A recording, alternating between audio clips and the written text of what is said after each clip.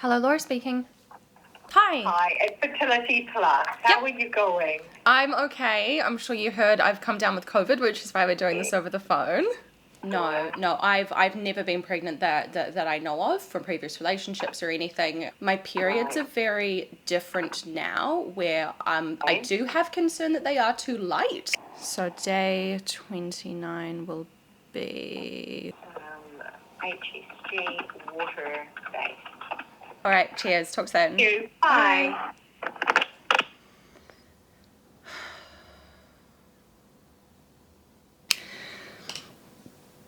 That was the call with our fertility specialist. That was our first call. I'm actually homesick with COVID, which is why I'm doing it over the phone. I would have liked to actually go in and see people face to face, but you know how it be with COVID. We've got some tests to do. So we've got ultrasound to check everything's kind of looking as it should be. AMH, which is checking like on egg reserves.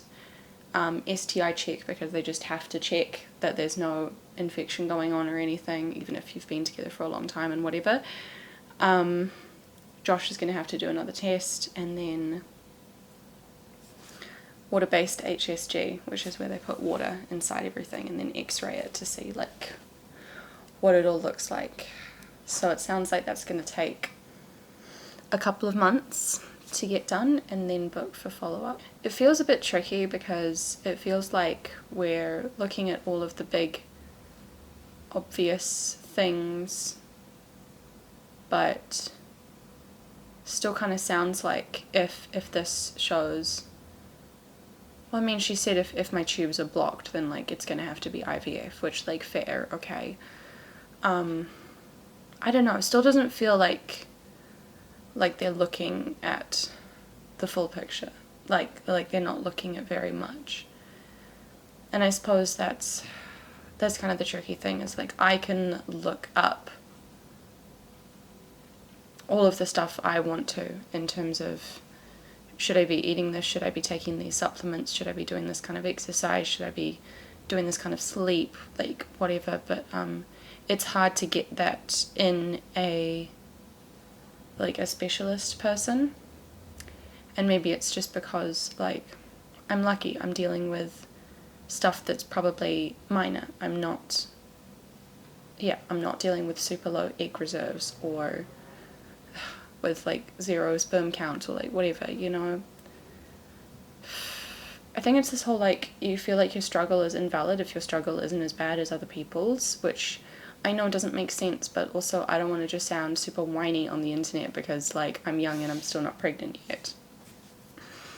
But I am whining on the internet about that, okay? I suppose that's why we're here. I'm not super used to thinking that my struggles are valid. It's something that I kind of work at, and this is, in a way, a really good way to try validate it. Because you guys are always so validating about it, and I do really appreciate that. So anyway, right now I'm struggling to feel like I'm valid in this. And I suppose it's just a good example of how underfunded this is in New Zealand.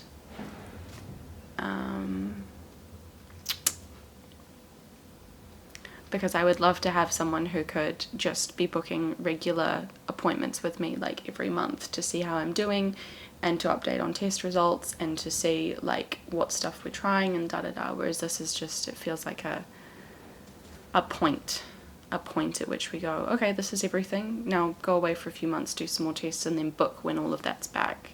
Firstly, I hate that. I hate waiting. I hate the like, oh, now we've finally got the results, now I can book an appointment. Because I don't know how long the appointment like wait is gonna be, but for me to get this appointment booked, it was like 6 weeks, and then it got brought forward, or 7 weeks.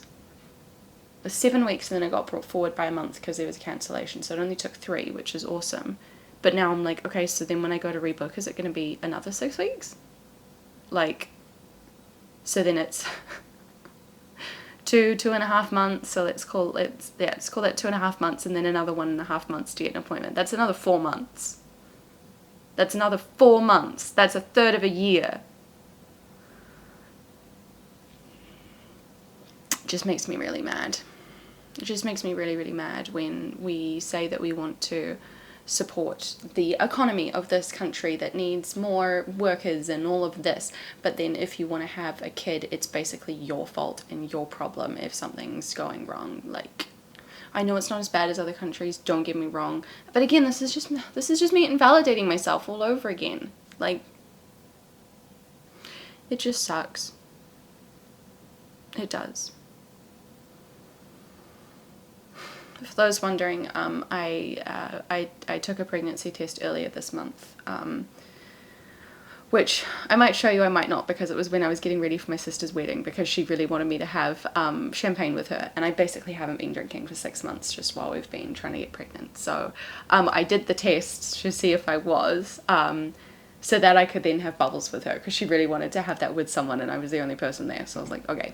So I already did a test and knew that I wasn't pregnant, and then got my period a few days after that, which was about 4 or 5 days ago. So I already knew I wasn't pregnant this month.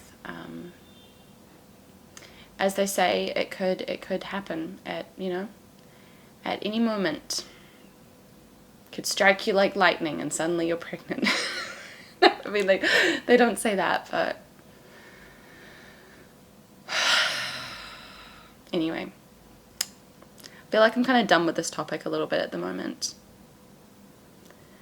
Partly because my brain just needs to resign itself to being patient again, to just get more testing again, but it's just still not feeling like I actually have someone, like a clinical person, a clinician, a fertility specialist, whoever, who's like my person, my contact point, my person who knows what's going on and is looking at stuff for me.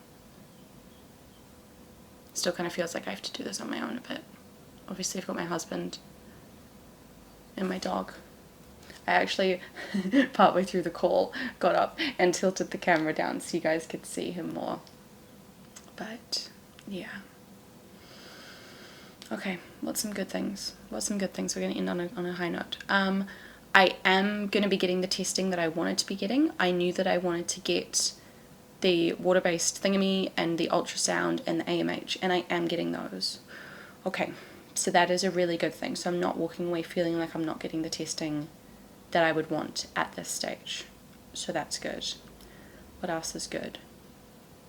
Before I came down sick today, Bailey and I did our first session with him working as a therapy dog, because as you can see, he's a very good boy. He's just been sticking with me all day. Because I've been sick, I was literally like napping before and then quickly shoved some lunch in my face before this call. But he's just been such a sweetie pie. I'm wearing my party pants. Look at these. I got these clearance from Zara. They're like a little bit too big for me, but then it means that I got loads of room for eating, and they're just so fun. And they have pockets. My sister's wedding went really well, and it was before I got sick. I think I probably got sick from the wedding. What else is good? Weather's not bad. No, that's it. I think I'm out of things.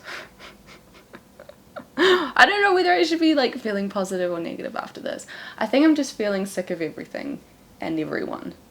Not you guys, but you know what I mean. You know when you just get like that? When you just are like, you just want all of the stuff that keeps flying at you to just like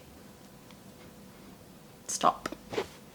I hope that you guys are doing okay and that you're also getting progress, and suppose if you are also someone who is kind of getting the testing and kind of getting this and that but not really having someone medical who's actually there helping you the whole way, like, yeah, it sucks. It feels invalidating. You can be getting help but also like not be getting help at the same time. So take care. I'm gonna go. Like, share and subscribe, and I will see you again soon.